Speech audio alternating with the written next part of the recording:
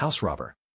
Here's a classic interview scenario. You're asked to solve the house robber problem, a dynamic programming staple and pattern mastery 100 favorite that shows up at companies like Google, Amazon, and Apple. Did you know that nearly 40% of candidates get tripped up here, not because the math is hard, but because they miss the optimal substructure? Mastering house robber will instantly level up your dynamic programming skills and give you an edge in any coding interview. Ready to break into this problem like a pro? Let's dive in. Let's break down the problem. You're given a row of houses, each with a certain amount of money. If you rob two adjacent houses, the alarm goes off. The challenge: find the maximum amount of money you can rob tonight without robbing two directly next to each other. For example, given nums equals 2, 1, 1, 2, what's the maximum you can take? Now, let's assess our approach. Brute force. Sure, you could try every possible combination, but that's 2 to the power of n time, way too slow. Instead, we'll use dynamic programming. The key insight: for each house, you have two choices: rob it and skip the previous one, or skip it and take whatever you got before. So, our recurrence becomes rob n equals max rob n2 plus nums n, rob n1. This breaks the problem into smaller, overlapping subproblems, perfect for memoization or DP. Let's structure the solution. Step 1. Handle base cases. If there are no houses, return 0. If one house, take it. No houses? Nothing to rob. One house? Rob it. Step 2. Use a DP array, DPI, where each entry stores the max money that can be robbed up to house I. The first house is always robbable. The second? Pick the bigger of house 0 or house 1. Step 3. For each house, decide to rob it or skip it. If we rob, add the current house's money to DPI 2. If we skip, carry forward DPI 1. Step 4. At the end, return DPN 1, the answer for all houses. The last entry holds the max money you can rob. Let's try to implement it using solution 1. Time complexity is ON. Space complexity is ON. This solution uses recursion with memoization. That means we explore the best choice at each house. And we remember results so we do not recompute them. From any index I, we ask one question: what is the maximum money I can rob from here to the end? We have two options. We can skip the current house and move to the next one. Or we can rob the current house and jump over the next one. We jump because we cannot rob adjacent houses. Then we take the better of those two options. Memoization stores the best result for each index. That turns repetitive recursion into a fast linear time solution. First, we store the length of the houses array. Then we create a memo map. This memo will cache the best result for each starting index. So if we ever ask the same question again, we can answer instantly. Now we define DFS with index I. DFS at I represents the maximum amount we can rob starting from index I. This is the key framing. Instead of thinking about the whole problem at once, we solve a smaller version starting from each position. Here are the quick exits. If I goes past the last house, there is nothing left to rob. So we return 0. And if we have already computed the best result for this index, we return the cached value right away. This is the main logic. We compare two choices. We skip the current house and move to I plus 1. Or we rob the current house. That means we add nums at I. Then we jump to I plus 2 to avoid robbing adjacent houses. We keep the maximum of those two results. We store it in the memo for index I. And we return it. Finally, we kick off the recursion from index 0. That means we are deciding from the first house onward. The value returned is the maximum amount we can rob without triggering the alarm. And that's how this algorithm works.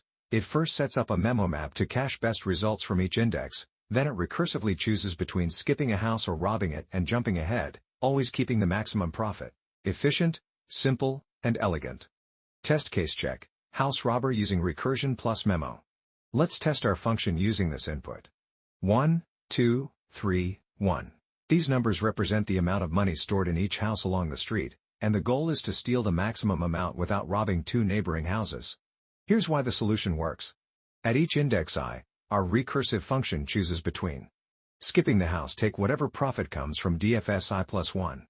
Robbing the house, take nums I plus DFS I plus 2. We store each result in memo so we never solve the same subproblem twice. And that's exactly what our program outputs. 4. The value matches the expected result, showing that our memoized recursion is functioning correctly. Wrap up. So, our implementation is correct.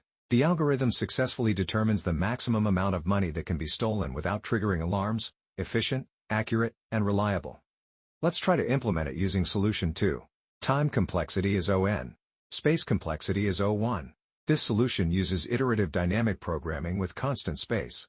The idea is that as we walk through the houses, we keep track of the best money we can have up to the previous house. And we also keep track of the best money we can have up to the current house. For each new house value, we choose between two options. We can skip it and keep the current best as is. Or we can rob it and add its money to the best we had before the previous house. By updating these two running values as we go, we get the final maximum without needing a full DP array. First, we set up two variables. Cur represents the best profit we can achieve so far. Pref represents the best profit from one step behind. These two values are all we need to make the next decision. So we do not need an extra array. Now we scan through each house value one by one. Each num is the money in the current house. And we decide whether it is worth taking or skipping based on what we have earned so far. This block is the heart of the algorithm. We temporarily save the current best in a variable called temp. Then we update cur by choosing the best of two choices. We keep cur if we skip the house. Or we use pref plus num if we rob it. Robbing this house means we must combine it with the best result from two steps back. Finally, we slide our tracking forward. We set pref to the old cur value stored in temp. After we have processed all houses, cur holds the best profit we can achieve without robbing adjacent houses. So we return cur. And that's how this algorithm works. It first sets up two running profit trackers for the previous and current best totals. Then it iterates through houses choosing to skip or rob each one while shifting those trackers forward. Efficient, simple, and elegant. Test case check, optimal iterative DP, house robber. Let's test our function using this input. 2, 7, 9, 3, 1. These numbers represent the amount of money stored in each house along the street, and we want to steal the maximum amount without ever robbing two neighboring houses. Here's why the solution works. We maintain two running values. Pref the best total we can get if we skip the current house. Cur the best total we can get up to the current house. For each value num, the algorithm updates cur to be the maximum of the old cur, skipping this house, or pref plus num, robbing this house. And that's exactly what our program outputs. 12. This confirms the optimized DP logic is working correctly and matches the expected value. Wrap up. So, our implementation is correct. The algorithm successfully computes the maximum non-adjacent sum using constant space, efficient, accurate, and reliable. Recap script, house robber. Let's do a recap. Ever been asked the house robber in an interview? It's a dynamic programming classic, simple at first glance, but packed with logic that tests whether you truly understand optimal substructure. Once you master it, you'll see why it's a must-know for every top-tier interview. Breakdown recap. We began by defining the goal. Given a row of houses with money, find the maximum you can rob without hitting two adjacent ones. The key is balance. Rob too close together, and the alarm goes off. Spread out your choices, and you maximize your loot. Assess recap.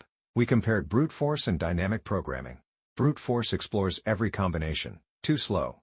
DP, on the other hand, breaks the problem into smaller overlapping decisions. Rob this house and skip the previous, or skip it and keep what you've already earned. That structure makes it efficient and scalable. Structure recap. We planned our solution around this simple recurrence.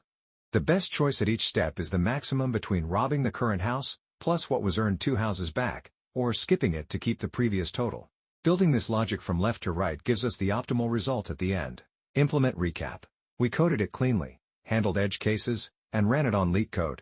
The implementation executed smoothly. No errors, clear logic, and efficient use of dynamic programming principles. Check recap. After testing, the solution passed all test cases and confirmed that our DP setup works perfectly, calculating the maximum amount that can be robbed without breaking the rules. Closing insight. The takeaway? Dynamic programming is about choices and consequences. Once you see how each decision depends on past results, like in House Robber, you unlock a powerful way of thinking that applies to dozens of problems beyond this one.